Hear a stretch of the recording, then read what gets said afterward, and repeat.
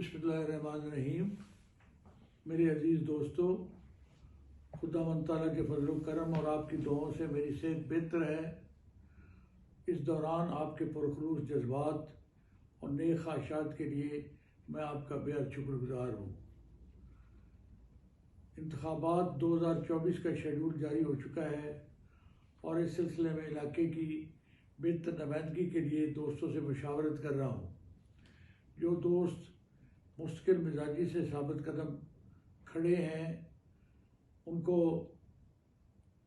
खराज तहसीन पेश करता हूँ और उनके लिए मेरे दिल में जो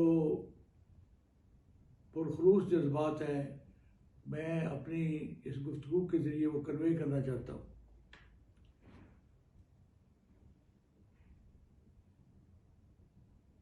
अगले 1-2 रोज़ के अंदर ही मैं अपने सियासी लाए अमल का ऐलान करूँगा।